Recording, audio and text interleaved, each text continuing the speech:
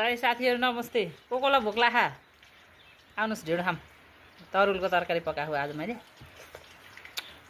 तरुलको तरकारी, यो टमाटरको चटनी,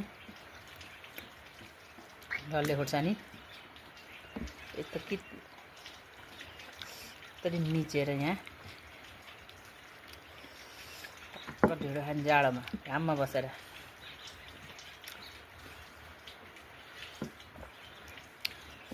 कति खाएको मात्र भिडियो बनाएको अरे, खाने बेला मात्रै फुर्सद हुन्छ क्या अन्त नि मोबाइल हेर्नु फुर्सद। ओइपछि मोबाइल छुने फुर्सद हुनु पर्ने। अब त तरुल खन्ने बेला भयो है। तरुलको तरकारीसित पनि मिठो हुन्छ। डल्ले खुर्सानी ठोक्ने अनि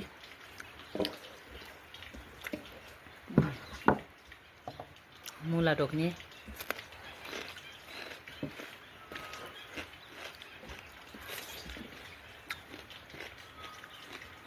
ढिँडो खाने, मिठो।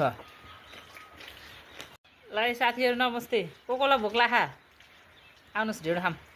तरुलको तरकारी पकाएको आज मैले। तरुलको तरकारी, यो टमाटरको चटनी, डल्ले खोर्सानी, यस्तो कितरी मिचेर यहाँ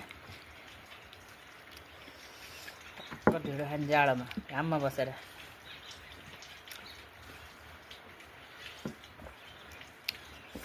कति खाएको मात्र भिडियो बनाएको अरे, खाने बेला मात्रै फुर्सद हुन्छ क्या अन्त नि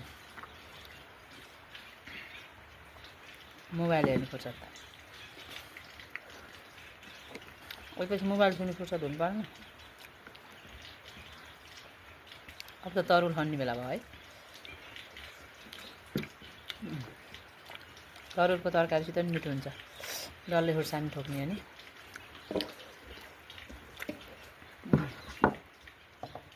मुला टोक्ने,